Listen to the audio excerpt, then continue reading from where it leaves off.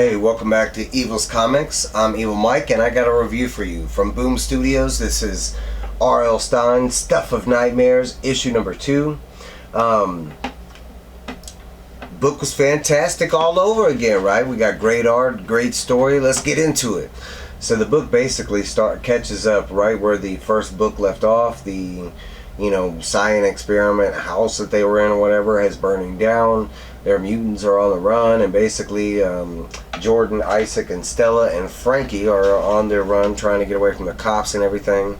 The next page we catch up with the Night Keeper and gives us a little kind of creepy story about having the left eyebrow of Charles the First or whatever, and basically gets us back on the story.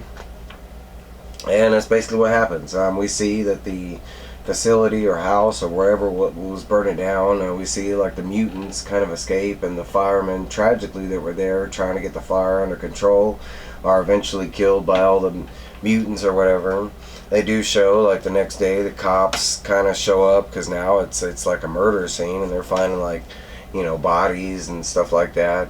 But basically we do find out that the girl that was live streaming, during the interview or whatever, that this guy ended up seeing it, so they believe all of them to be dead and everything, and now that they just burned in the fire.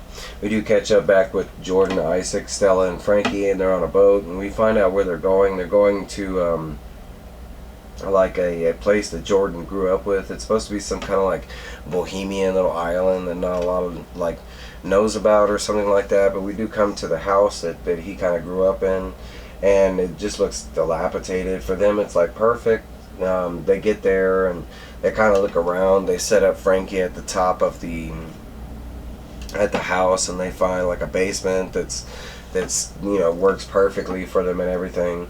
While they're looking through the house, Stella eventually gets like kind of grabbed from behind or whatever, and we find out that someone is in the house, and it turns out to be the butler of the house that's been there forever, and he recognized he calls him Master Jordan. But we do find out that basically Jordan's whole family has lived there forever, and that basically the butler is the last one left because Jordan left. But basically we see all the relatives over there of all the people that Theodore the butler has had to bury.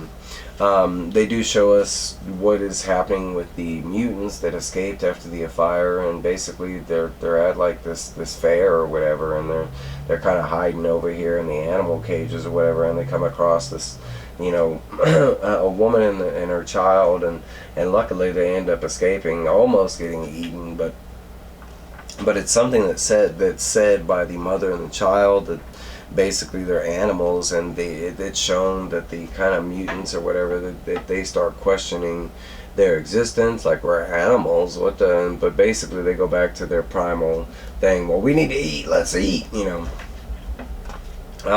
They cut back over to Isaac, Jordan, and Stella, and they're basically talking about how they're going to just continue the experiment they were doing. They're still on plans forward. I think we jumped like 2 weeks in the future, and they have like everything set up, and at this point they're ready to start looking for body parts. Stella kind of mentions that it's like old school, like Frankenstein stuff. What this book, this story, exactly what the story is turning out to be. But basically them stating that no, there's like a mortuary that's like 12 miles back that we can just kind of go break in and get the parts we need without notice. We don't have to dig up any graves, kind of thing.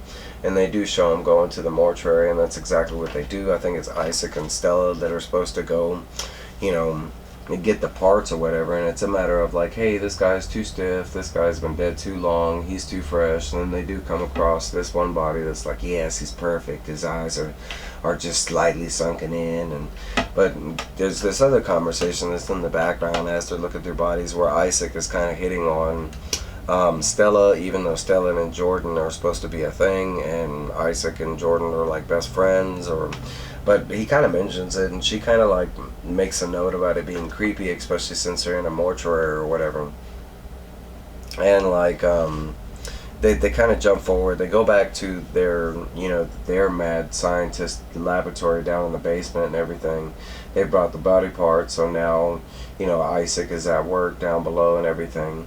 Isaac kind of brings back up the whole situation with him and Stella, like trying to be forceful again. Come on, baby, you know you want it, you know, type thing. And she's like, what the hell are you talking about? I'm with your friend, you know, Jordan, you know that.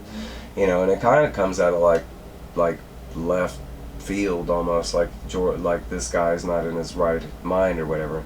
We do see Jordan kind of come down the stairs, and when he comes down the stairs, supposedly he sees something that enrages him so bad. They never show it, but they just lead us to believe, because it's kind of that right there. But they just, I mean, it went from him coming down the stairs to that to that last panel right there, and it does look like they're about to kiss, but the book does never show that. But basically, I think it's a perception, you know, thing right there, and he just goes into a jealous rage, jumps down the stairs, and as he does, Isaac kind of has a reflex motion, something we've already seen from the first issue. He really saw his mutants and killed a, but basically it's kind of the same thing, and he basically takes the knife scalpel that he was using, and he ends up stabbing, you know, his dude in the chest, you know, and that's basically where the book cuts us off. You know, basically like Stella screaming at Isaac, why'd you kill him? And they are brothers. They're not friends. They're supposed to be like brothers or whatever. But that's where the book leaves off, and we won't know what happens until the second issue. We won't know the ramifications. You know, they were both scientists, so I have to figure out that they both played a part and making their creation like a thing. Maybe Isaac had started, you know, I don't know, there's lots of things that could come, but I mean, it is your basic Frankenstein story with a whole bunch of twists, so I like to see where these twists go. Let me know down below what you thought about it. Like, comment, subscribe, all that good stuff, man. That helps the channel so much. I'm almost at 400 subscribers. I want to thank everybody, all my subscribers, everybody that stopped by, give me a like, a comment, all that stuff, man. I do have some things planned coming up, but I'm gonna let y'all go. Y'all have a great day.